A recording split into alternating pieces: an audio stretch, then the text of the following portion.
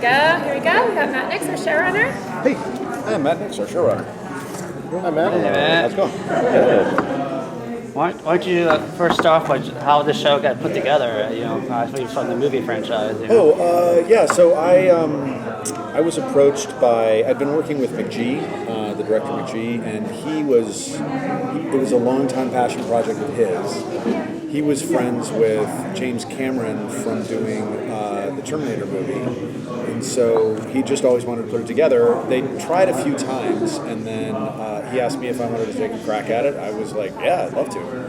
And so we did, and then we were going to do it the year before. McGee was going to direct it, and then it got pushed for a year. I didn't think it was really going to happen, and then it did. And then McGee couldn't direct, so we brought in Anthony Hemingway to direct the pilot, and we shot it, and they picked it up. So that's how it happened. I'm a big fan of Burn Notice. Thank you. What is it about the spy story that makes you want to come back to it again and again? It's funny. I mean, they're very different kinds of things in the sense that, Burn Notice was always like, you've seen movies about spies, that's not how it really is, it's really like this. And True Lies is like, all those movies you've seen about spies, it's just like that. I think I definitely enjoy the interplay of kind of secrets and deception, but more than anything, though, I think one thing that the two shows share is they're all about like people who want to make the world a better place. I mean, they fundamentally have kind of a positive outlook.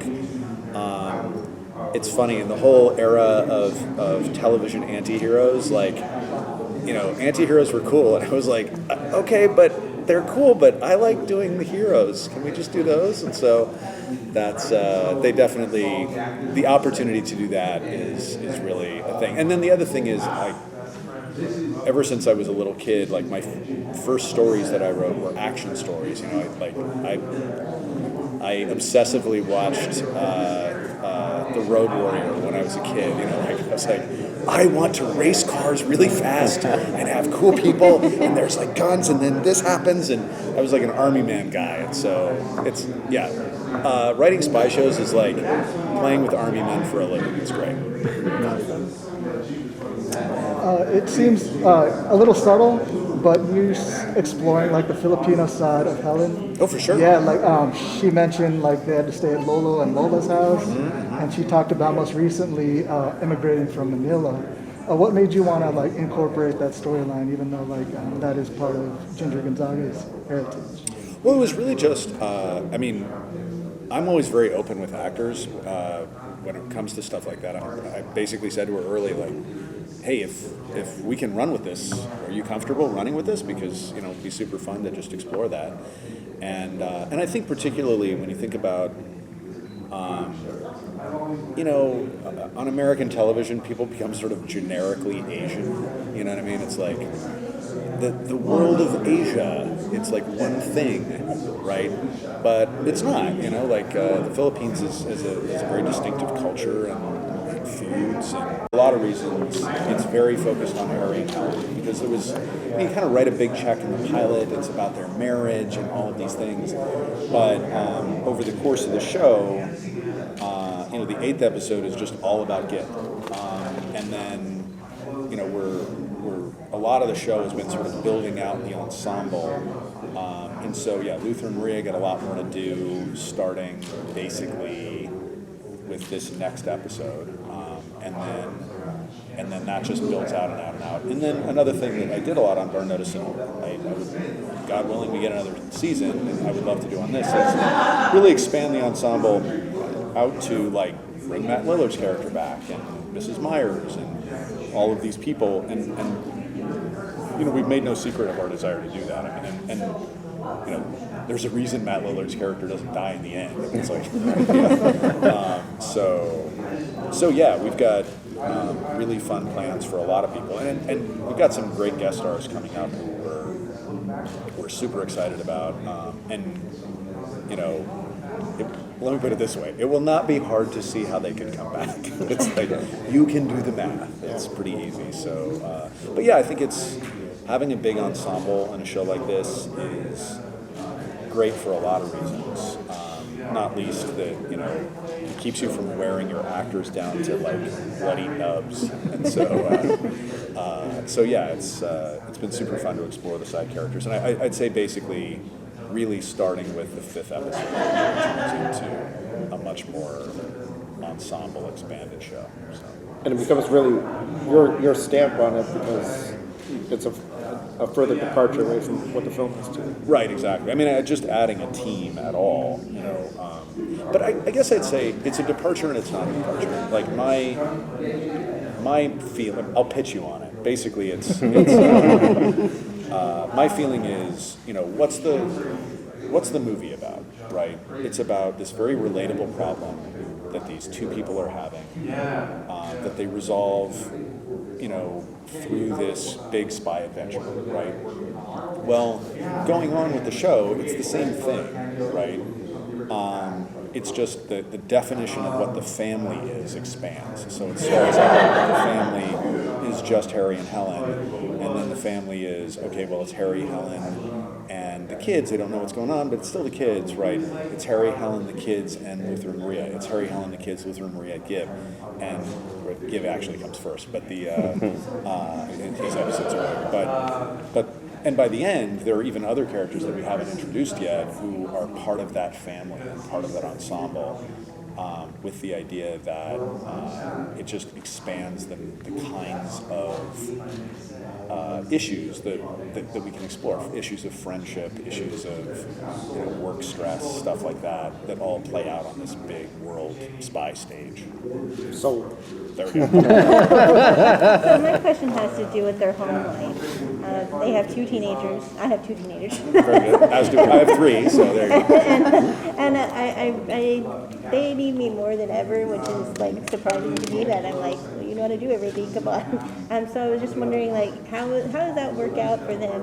When they're writing and they're creating what they're going off to do, and then I know the home life is already pulling them back. Right. Are we going to see more episodes where they're at home and maybe their spy life, comes closer to home? The next episode?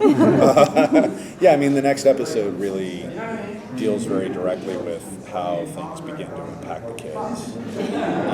And then it's as the season goes on, we begin to certainly by the end of the season, we're exploring those issues in a more specific way. They're sort of cavalier about like, bye, off we go again, right? Right, yeah. And we realized, I shouldn't say we realized, like by the end of the season, we had this big opportunity to play with like the kids at one point being like, you guys are gone a lot. Like, what's up? Like, this is kind of not cool. And they realize, yeah, it kind of isn't cool. Like, even though each individual explanation may be fine, like, I've got to go get an award, or we're going to an academic conference. At the end of the day, you are leaving your children home alone to eat microwave food again. And, that, like, yes, you're saving the world, but that also has an impact. And so, those chickens sort of come home to roost by the end of the season in a fun way. So. I love how you credit not only James Cameron movie, but also the French movie that that the James Cameron movie was based on. Not a lot of people know that. Well, that was, to be fair, that was, we have a legal obligation to do that, but also, but I would say one thing that was important for me in thinking about that was like, people don't realize the movie is based on a French farce, right? And when you think about, like, I don't know, sometimes I'll be talking to people and they read something or whatever, and they'll act like, and it's fine, people have their opinions, but they'll act like we set out to make this, like, really realistic portrayal of, like, spies in America and how they work, and I'm like, what are you talking about? Like, this is an action comedy based on a French farce.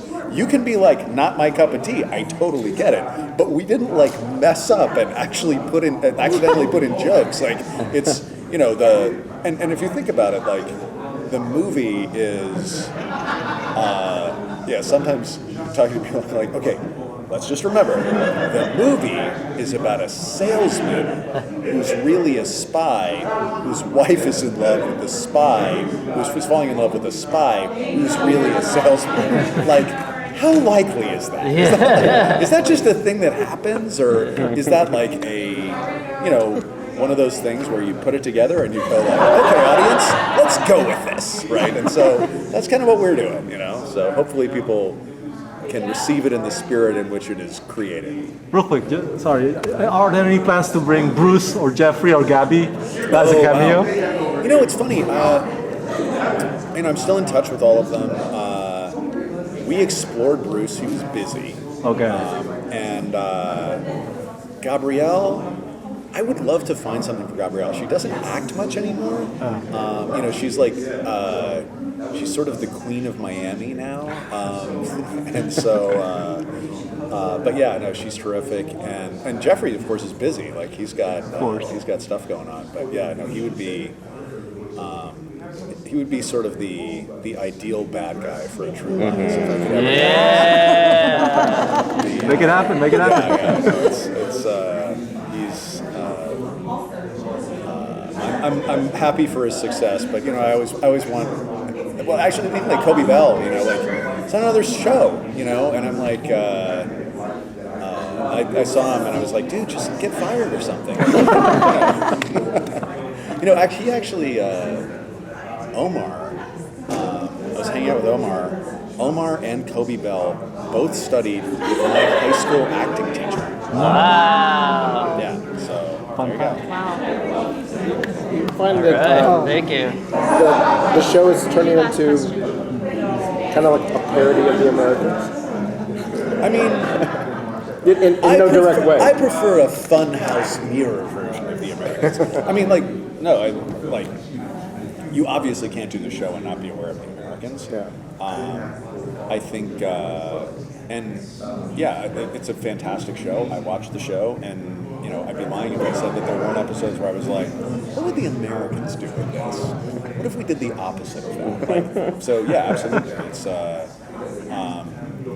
but they're exploring a lot of these same issues in a very serious, grounded way, and we are doing it in a not very serious, not very grounded way.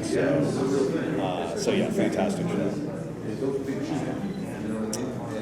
All right, cool. Thank you, sir. Thank you. Thanks, man. It's mayhem and chaos every day. Every day you turn on the news, everything. It's just, man, life is taking a spin for the wild nowadays. Try to bring people towards the light, towards the positivity. It's kind of what we're doing with the show. I think the show is best when it takes itself not so seriously. I think that when the characters can laugh at themselves, and when the predicaments that we get ourselves into make us laugh.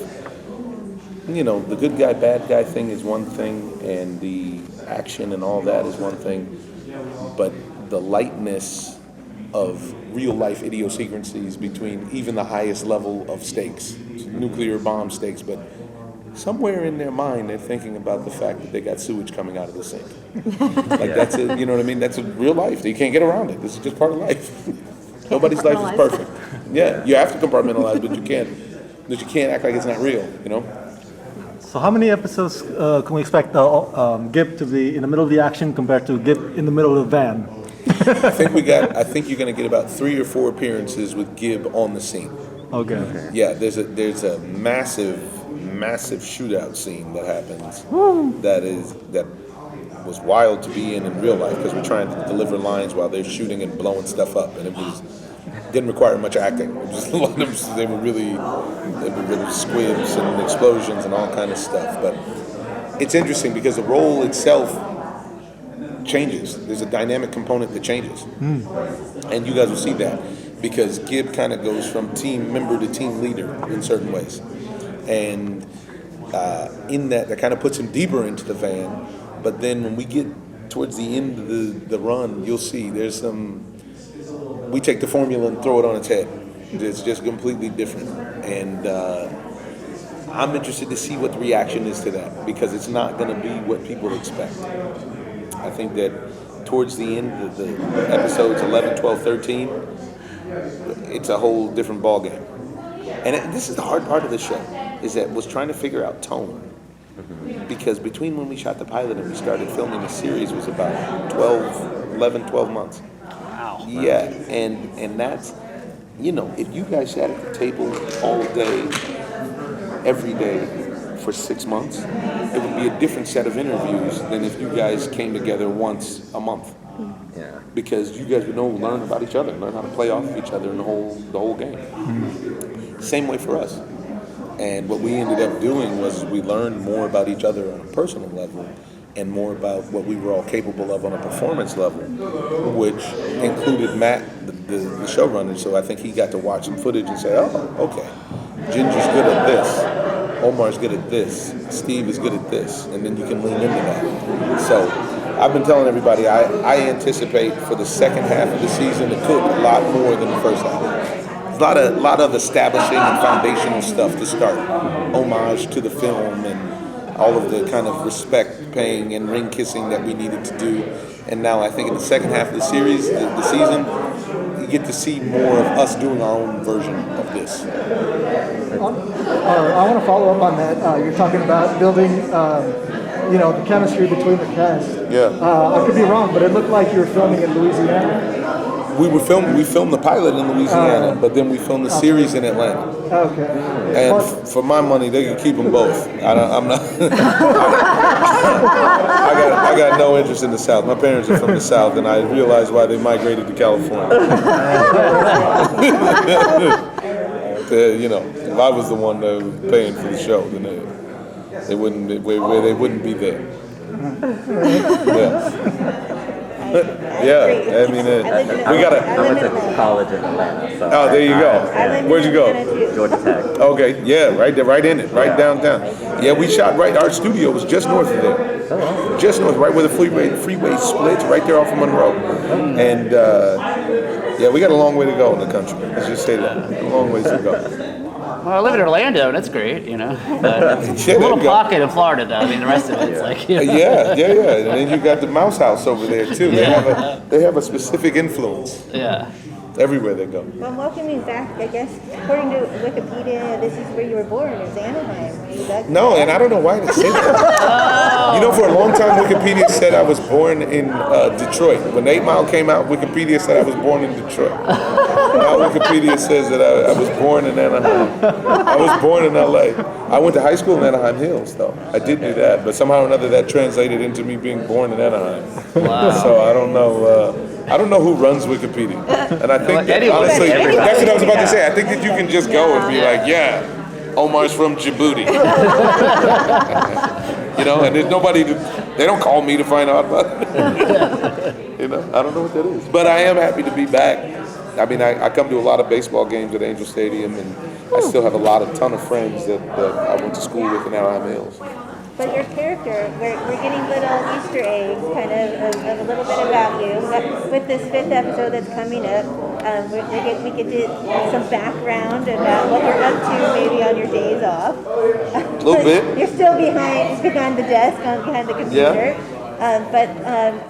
And Matt told us that we're going to get to see a little more about your personal journey. A lot. There's a lot more. I think this is what I mean. When we first started the series, the first 4 episodes were heavy on establishing Harry and Helen as the couple and the premise that she just found out that her husband of 17 years has been deceiving her, and she's still having a hard time processing it. Second half of the season, she's a full-blown spy, and she's more into what that entails. So that gives us time in the show to go explore other people on the team's lives. And I mean, they did a great job because they got Keith David to play my father in one of the episodes that I just couldn't have been happier about. We had a blast. I mean, I grew up watching him, and you go into a deeper background story of why Gibb is the way that he is, why he's a bit more of a lone wolf in the whole song and dance. And I think that all of this ties into what I'm talking about getting the second half of the show becomes a little bit different. Gibb might sneak up on a girl every now and then. He might have a a little action. That even though he did protest so much about Harry, well, that's why I don't have a wife. Blah blah blah. I think that you get to see Kid with the lovesick, with the goo goo gaga eyes himself later on, and that's all of this kind of stuff. It layers the show, and with so much content out there nowadays, it's hard to launch a show. So the idea that we're having 13 episodes, if we can get the audience to rock with us for 8 or 9 hours worth of programming, we either got you or we don't. And I think that's what you're going to start seeing. I think it really started with what you saw last Wednesday. You saw it with Matthew Lillard and what he came and did. The show is continuing to evolve, and I think we get more towards our cruising altitude in the coming weeks. I really believe that. You get the sense that the show will get to the point where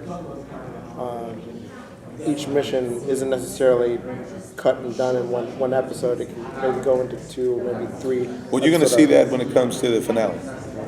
The finale, I do believe it's a 2-part finale. I haven't seen the finish yet. I don't know if it's finished yet, but it's a 2-part episode, and I think that we may see more and more of that. You know what I mean? So it's like we got more and more. There's room to grow. It just depends. I think there's going to be a lot of what the audience feedback is going to determine a lot of where we go. But obviously, before we finished filming, we didn't have any audience feedback. We just had what we were trying to do out there. I mean, it's end of the world stuff, so it's always tough to see it, wrapped up in 45 minutes. So yeah, and that's what we want it to be. You want it. It should feel like a little miniature action film every time that you watch it, and it should be a slice of escapism. Like I keep saying, we're not curing cancer. One question I had is that you've spoken about sort of the time you had with the character, and as well as like the time apart from shooting the pilot to actually doing the show. So what were some things that you got to learn about your character, or maybe your process as you were going through this with this character, sort of over that extended period of time? I really let it go during the hiatus period. Because when you make a pilot, you don't know if it's going to series or not. So the last thing you need to do is be fully invested in it in a way that's going to make it like, ooh, and then I'm going to do this, I'm going to do that. And then you get a phone call that says, well, we're not moving forward. You're unemployed. So for me, when we started filming, I think that I learned how important it was to create the dynamic between Harry and Gib and Helen, so that you can have a bit more structure for the audience. Because what I learned was the way that Gib is used throughout the episodes is he's almost the eyes and the ears of the audience. When he's in the van watching missions, he's narrating for the audience the level of threat, the level of importance, the level of, if Gib is really worried, the audience should be worried. If Gib is joking around, then, maybe things are going to be all right. So I learned how to harness that with deciphering it through the script and then portraying it on the camera. Once it's filmed, then you know the premise of the film, and thus the premise of the show. But unlike the film, where the climax was her finding out and then what happens after that, we get over that in the pilot. Yeah. So after we got over the homage to the film, now we have this situation where we really need to inform and educate the audience as to what we're about to do. As far as the show goes, not each episode, but hey, this is the structure of our show. This is how it works. These guys are a team. This person does this on the team. This person does that on the team. So that we can inform the audience of what to expect. And then they can make a decision as to whether or not they like what they see. So for me, it was about translating that and getting that on camera. So that when people are watching, they can count on Gib as someone who's stable, possibly less dramatic than what's going on in the married couple's lives. But he also is the eyes and ears of what's going on mission. I have kind of a general question for you. What advice would you give aspiring actors? Make your own stuff. Be persistent and make your own stuff. I speak to kids sometimes, like I speak to kids at college, when I was in school, I went to school to be a baseball player. Then I stumbled into the theater chasing a girl. And I ran into a professor who really took me under his wing and really, really helped me understand what was the craft of acting and storytelling. One of his friends was played played Isaac on The Love Boat. Was Ted Lang, and he came and spoke to our class. I wasn't the biggest Love Boat fan, but I knew who he was when I was a kid. You know what I mean? And it meant a lot. So whenever I speak to people now, the dynamic now is totally different than the dynamic was when I first started. There's more technology at this table than there is for films like The Godfather. You know what I mean? And in that empowers you as a creative to make stuff. Now the world is about bringing Hollywood to you as opposed to you going to chase down Hollywood. So if I had advice for aspiring actors, it would be act as often as possible, because you'll get better, and then make your own stuff, because you'll bring the eyes to you, because it's possible now. Thank God for the nerds, because the nerds made the technology that made it possible for us to, to be able to create our own stuff. Let's do one more question and we'll move to the next table. Awesome. Can I talk about your voice acting career? You kind of Please. turned into kind of voiceover legend. Oh time, man, did I get blessed? How crazy is that? The Teenage Mutant Turtles, and then my favorite is Finn. I mean, Oh man, the summer vacation movie was so good. It was so good. I really liked that one. Like outside of myself, I really liked that Star Wars Lego summer vacation. It was really good. The Christmas special was great too. that was we fun. finally get to see Finn trained as a Jedi, which is awesome. We Yeah. see that in the movie. So. Oh, thanks, man. Yeah. You know, it's something I always wanted to do. I used to sing the Ninja Turtles theme song on the bus on the way to school when I was a kid, for the original series. And the idea of getting to play the voice of Raph is a blessing like I cannot explain to you guys. I wear my knees out every night thanking God. It's just so crazy. I do one of the voices on the Rugrats now. Let me tell you something. I must have did about 1,500 voiceover auditions before I got hired. Oh. I could not get arrested for voiceover work for a long time. And then when it opened up, man, did it open up. Really interesting. Thanks for that. Yeah, and then back to back, a bunch of really like heavy, iconic stuff. Yeah. So it's like it wasn't like, oh yeah, go do the side thing. It was like, no, you're the guy. You're the big guy. Cool, and I love it because I'm a goofball. So cartoons, I was raised on cartoons. So I'm, cartoons and video games. That's my generation. Yeah. So I'm all about it. Awesome. Yeah. Hopefully you see me at the con for another voice soon. Thank you all. Thank you all. Thank you. As humble as I can utter it. Hi, guys. Hi. Go. Well, my first question. We're gonna go around. What's it like getting out from something like being behind the bar and of Shameless, and then getting into like real stunts and kind of way more work. Shameless was a warm duvet, satin sheets, just a bowl of ice cream, chocolates, a little champagne. That's what Shameless was. Some sweaty sheets too. That's disgusting. But you're right. That was something completely different.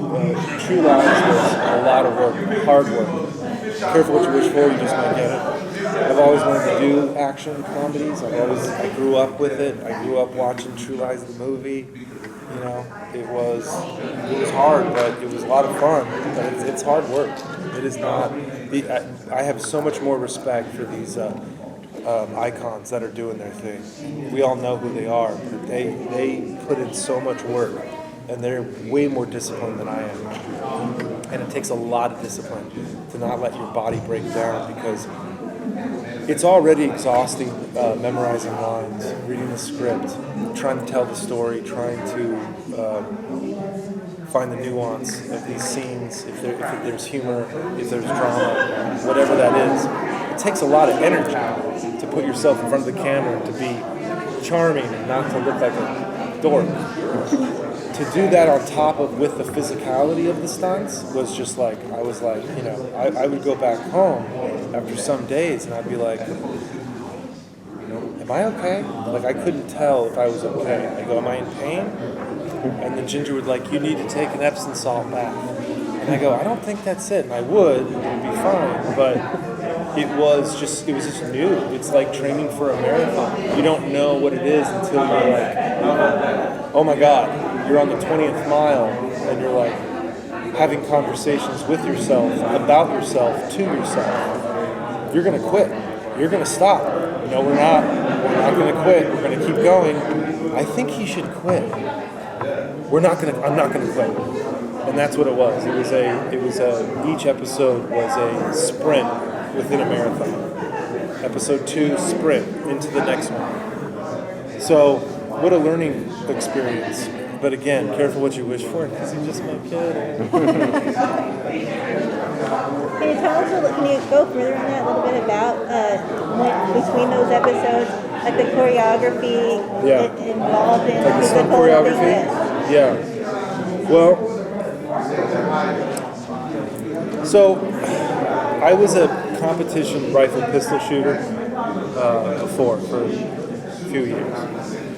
One of my mentors, Taryn Butler, trainer of the Stars, supplies all the guns for True Lies in the TV show. Also supplies all the guns for John Wick. So there is this community. It's kind of been isolated out, obviously, with like the tragedies from guns. It's highly dangerous. It is a very fast appreciating skill set, and it takes a tremendous amount of respect and care because of how dangerous these tools are. I trained in Muay Thai a little bit, trained in boxing just because I talk shit a lot. And, sometimes things happen, and I got a little bit of an ego on me, and so I was like, I need to know how to defend myself. So that happened over the past couple decades. So the director, Anthony Hemingway, knew this about me, and so he wanted me because he knew I could do this. He knew I could crack a joke. He knew I could punch the dude. He knew I could shoot the gun. So let's bring him in to do this. For me, it was exciting and terrifying because we're making the TV version of an iconic film. I have to do a character that one of the most famous action superstars to ever be on the silver screen. Like, I have to do that? Like, what? Me? So that was no pun intended, a Herculean effort to, and I'm not an Austrian bodybuilder. I work out, I like to do that, but I'm not on that level. And also for this, I didn't want to be all buff because I didn't want to be like I was genuflecting to him or his status. So I was like, Harry will just be tall, a little slender, but he'll still have the athletic ability of an international super spy. But yeah, the stunts were incredibly hard. It was really amazing to learn how to do on-camera fighting, which is a dance choreography. It's a whole different thing from fighting. Because I know how to throw a punch, I know how to throw a jab, I know how to throw a hook, and it looks nothing. Because I would look back on playback, and it looked like I was in slow motion.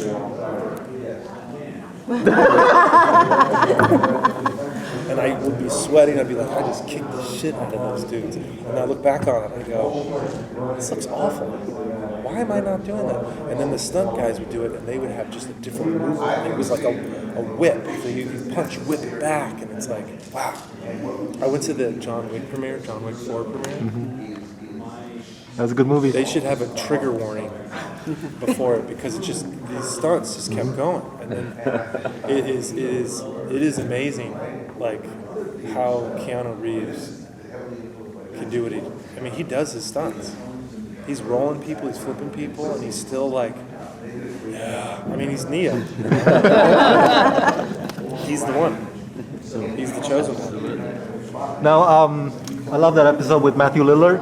The best. Obviously Wolf is a recurring character, if you will, and the dynamic fits into the whole couple, Harry and Helen. You know, there's like always sort of life triangle possibility, if you will. Talk to me about the because that dynamic is also part of the interesting part of the show, not just the action part. You know, that Helen, Harry, and the family dynamic with the teenagers. Talk to me about the challenges of creating that on screen for you. Well, I mean, the reality is that this guy was recruited out of college into the CIA. Yeah. And he's been lying to his family for 17 years. He was lying to his wife for 17 years. He's been lying to his kids for however they became aware of it. One of my,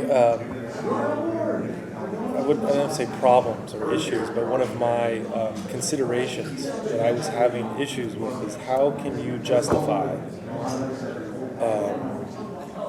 being a spy, an international spy, with all that entails. The death, the espionage, the sneaking around, and then go back to the family. How do you compartmentalize that? How is he doing that? Because there are some people that are doing this. We don't know them, or maybe we do.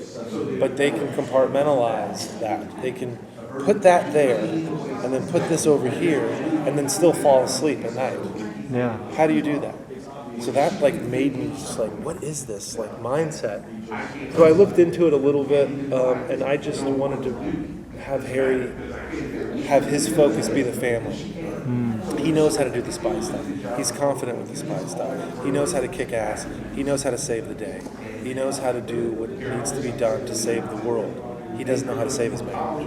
He doesn't know how to have his kids like him. He brings them snow globes and hats that they don't want. He doesn't know how to communicate to them. So his insecurity comes from the family because I think he's that. And so once that clicked was where I was like, okay, I know how to play this guy because I'm a family guy. My kids are here; they're like next door. So when it was on a mission, Harry was like, focused. Like, here we go. Let's do this. Blah blah blah. When it comes to the kids and the family, it's a little bit like, hi. Oh, obviously you can't play it to that extreme because then it's just weird. So I was just trying to play with these levels. I was like a sound engineer with different levels, trying to find what works, what didn't. Sometimes it worked in better scenes than others. Sometimes it worked in better episodes. Sometimes there was a better moment. You see it, I see it, I felt it. Yeah. There's just these ups and downs where it's like, yeah, that worked. No, that didn't work. So we kept doing what worked, but tweaking it. Hopefully we'll have more to do because I think our last episode was kind of fun, special. That's one to see. But we have so much humor. Ginger Gonzaga is one of the funniest people I've ever met. She's hilarious. So we need to let her fly. We need to get Omar out of the van and more scenes personal. Because the pilot scene with him and I love because one, we're face to face. And so it's nice looking at somebody this way and not that way. So now we're face to face. And then he's giving me the heat, which I love. I love his energy and his intensity. And I was like, she's coming to Paris. And he's like, not to mention, a lot of people are eating the cheese. Right? He's already got a lot. And so that energy helped us. It helped the show. It helped, definitely helped me. So yeah, it's a focus on the family and not so the missions. The missions come easy, but there's so much more to it. I want Harry just to have a scene at the grocery store, like he's never been to the grocery store, and he's just like, why are there so many cereals? Thank you. Love that. I have a general question for you. What advice would you give an aspiring actor, other than don't suck? Well, I'll give you what my mom gave me. My mom has many Carla-isms. Her name's Carla. Shout out, Mom. I'm going to give you a little bit of an intro before I get to that because there's a lot to it. So I am a child of acting teachers. My dad taught acting for 40-some years. He passed away a couple of years ago. R.I.P. Pop. But and my mom is a current acting coach. people buy what you sell. People buy what you sell. So what are you selling? And it takes a lot of responsibility to be an actor, because you have to be able to absorb everything humanity can throw at you, and you have to take it with a smile. And some people don't, they have their shield up, and you're like not even going to break it, so it doesn't matter. Some people would want it, absorb it. It depends on the person, but also people buy what you sell. When you're on stage, you do not have to be that person on stage, but you have to be somebody off of it. And a lot of times people get hired not because of what they do on stage, but because of who they are in between it. They're just great. They're gracious. They're lovely. You want to be around them. They have an energy. And they're also really good actors, but they would be really good singers, artists, whatever that is. Host, chef. So it's hard to answer, but you have to film yourself. You have to be on stage. You have to get in front of people. Because everybody knows what good acting is when you're in the audience looking up at a stage, looking at somebody and the lights go on, we all know what good acting is. Everybody does. But it's so hard to know what you're doing and to do it confidently when those lights do come on. Because we all go, I don't know where my hand is. When I'm acting, I just don't know where my hand is. And then everybody's like, it's right in front of your face. And you're like, I go, you say that, but I don't know where it is. And that's what actors do. It's like we get in our own way and we think, because we're raised to like, shush, stop making a scene. Don't do that. Sit in your chair. Listen to the teacher. Listen to your parents. Don't be extraordinary. Don't be amazing. Don't be all these different things. So you go on stage and you're like, I want to be an actor. It's like, well, I don't know. Gene Hackman said, if you've had a good life, you'll have a hell of a time being an actor. There's something to that. There's something to that. So, to each his own, but a lot of people who've had great lives have become great actors. A lot of people have had shitty lives and become great actors. So it doesn't, And what is a great actor? Does that mean you're a working actor or you're an award-winning actor? There's people who are amazing and they don't have any awards and no one knows who they are and they never get hired. What is the difference that gets somebody hired? I think you have to convince the people who are going to hire you that you are the right person. You have to convince them. People buy what you sell. So you have to walk in way before. Sometimes there's more acting from the door to the chair or the Zoom than there is in the actual performance of the scene that you're doing. All right, and we'll need to wrap to get to the next room. So. Okay.